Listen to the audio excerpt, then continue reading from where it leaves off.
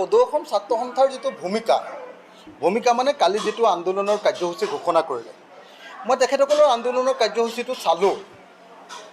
চাই লৈ এইটো দুৰ্ভাগ্যজনক বুলি মই ভাবোঁ। কাটো এটা সৰু সুৰা এনে কিবা কেন্দ্ৰীয় চৰকাৰে অসমৰ বিৰুদ্ধে কৰা সৰু বা ৰাজ্য চৰকাৰে অসমৰ জনগণৰ ওপৰত জাপি দিয়া কিবা এটা সৰু এনেকুৱা ধৰণৰ আইন নহয়। এখন সংবিধান বিৰোধী আইন, এখন সাম্প্ৰদায়িক আইন আৰু এখন অসমীয়া জাতি বিৰোধী আইন। সেই বিৰুদ্ধে লাখে লাখে মানুহ, অসমৰ 80% মানুহে 19 চনত আমি সকলোৱে প্ৰতিবাদ কৰিছিলোঁ। এনেকুৱা ধৰণৰ প্ৰতিবাদ অসমত কেতিয়াও হোৱা নাছিলে, ইমান সৰ্বাত্মক প্ৰতিবাদ। তেনেকুৱা এখন ভয়ংকৰ আইন জাপি দিয়াৰ সময়ত সদৌ অসম ছাত্ৰ সন্থাই যিখন বলবৎ কৰিবলৈ লওঁতে সদৌ অসম ছাত্ৰ সন্থাই যিটো আন্দোলনৰ কাৰ্যসূচী ঘোষণা কৰিছে, এইটো যদি একেষাৰে কওঁ তেতিয়াহ'লে এইটো পালমৰা তেওঁলোকে এখন কাৰ্যসূচী দিছে। বলবৎকৰণৰ বিৰুদ্ধে সদৌ অসম ছাত্ৰ সন্থাৰ যি ঘোষিত আন্দোলনৰ কাৰ্যসূচী, কালি ঘোষণা কৰা যি আন্দোলনৰ কাৰ্যসূচী, এই কাৰ্যসূচীটো সদৌ অসম ছাত্ৰ সন্থাই পাল মাৰি নিজৰ নামটো বিৰোধীত ৰাখিবৰ কাৰণেহে কৰা এটা নাটকৰ বাহিৰে আন একো নহয়। যদি সঁচাকৈ বন্ধ কৰিব লাগে, বলবৎকৰণ বন্ধ কৰিব লাগে, সুপ্ৰিম কোৰ্টত আমি সকলোৱে গোচৰ দি থৈছোঁ, কিন্তু সুপ্ৰিম কোৰ্টত কেছ চলি থাকোঁতে আকৌ অসাংবিধানিকভাৱে বিজেপি চৰকাৰখনে বলবৎ কৰিব কৈছে। গতিকে তাৰ বিৰুদ্ধে সৰ্বাত্মক প্ৰতিবাদ হ'ব লাগিব। কিন্তু সদৌ অসম ছাত্ৰ সন্থাই ক'ৰবাত জোৰ প্ৰশাসনৰ কথা কৈছে, প্ৰধানমন্ত্ৰী অহাৰ দিনা কিবা 1 ঘণ্টা কিবা অনশনৰ কথা কৈছে, 1 ঘণ্টা 2 ঘণ্টা কিবা এটা অনশনৰ কথা কৈছে।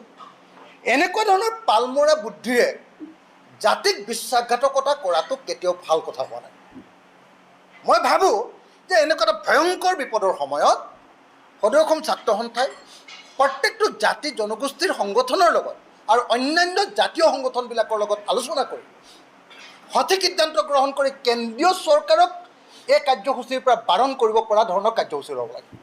কিন্তু এনেকুৱা লাগিছে সদৌ অসম ছাত্ৰ সন্থাৰ কাৰ্যসূচীখিনি দেখি, ঘোষণা কৰা কাৰ্যসূচীখিনি চাই এনেকুৱা লাগিছে যে সদৌ অসম ছাত্ৰ সন্থাই অসম চৰকাৰৰ কথা মতে তেওঁলোকে চৰকাৰে বেয়া নোপোৱা কেইটামান কাৰ্যসূচী ঘোষণা কৰিছে, যেন চৰকাৰৰ লগত কথা পাতি লৈছে, চৰকাৰৰ নিৰ্দেশত যেন তেওঁলোকে আন্দোলনৰ কাৰ্যসূচী ঘোষণা কৰিছে, তেওঁলোকে যেন চৰকাৰে বেয়া নোপোৱা আন্দোলনৰ কাৰ্যসূচী ঘোষণা কৰিছে, তেওঁলোকে যেন চৰকাৰৰ লগত কথা পাতি বুজাবুজিৰ মাধ্যমেৰে এই বস্তুটো পাৰ কৰাই লৈ যাওঁ আৰু এই সময়খিনি পাৰ কৰাই লৈ যাওঁ, তেনেকুৱা যেন সদৌ অসম ছাত্ৰ সন্থাই তেনেকুৱা ধৰণৰ পালমৰা যেন কাৰ্যসূচী এটাৰ ঘোষণা কৰিছে, মোৰ এনেকুৱা অনুভৱ হৈছে।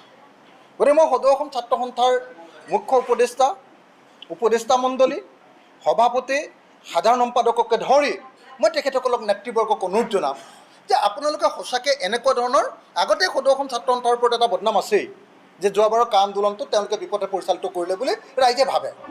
এতিয়া এইবাৰ যিটো কাৰ্যসূচী লৈছেতো এইটোতো আৰু ভয়ংকৰ, আৰু বেছি জাতিৰ প্ৰতি বিশ্বাসঘাতকতা, আৰু বেছি জাতিৰ প্ৰতি দায়িত্ব জ্ঞানহীনতাৰ পৰিচয়। মই ভাবোঁ যে সদৌ অসম ছাত্ৰ সন্থাই কথাখিনি পুনৰ বিবেচনা কৰিব আৰু অন্ততঃপক্ষে বলবৎ হোৱাৰ লগে লগে তেওঁলোকে সৰ্বাত্মক আন্দোলনৰ কাৰ্যসূচী ঘোষণা কৰিব আৰু অন্ততঃপক্ষে প্ৰধানমন্ত্ৰী অহাৰ দিনটোত গোটেই অসমত যাতে প্ৰধানমন্ত্ৰীয়ে ইয়াৰ প্ৰতিবাদ হৈছে বুলি বুজি পায় তাৰ ব্যৱস্থা গ্ৰহণ নিশ্চয় কৰিব। সদৌ অসম ছাত্ৰ সন্থাই এনেকুৱা এটা জাতীয় সংকটৰ সময়ত এনেকুৱা ধৰণৰ পালমৰা, দায়িত্ব জ্ঞানশূন্য আৰু মানুহক দেখুৱাবলৈ কৰা আন্দোলনৰ কাৰ্যসূচী ঘোষণা কৰি সদৌ অসম ছাত্ৰ সন্থাই যে এতিয়া আচলতে চৰকাৰৰ কথা মতে কঠোৰ আন্দোলনৰ কাৰ্যসূচীৰ পিনে যাব খোজা নাই বা এইখন চৰকাৰক যে ৰেহাই দিব খুজিছে আৰু চৰকাৰক যে নিৰ্বাচনৰ ওচৰত বিপদত পেলাব খোজা নাই, এইটোকে প্ৰতিপন্ন কৰিছে বুলি মই অনুভৱ কৰোঁ।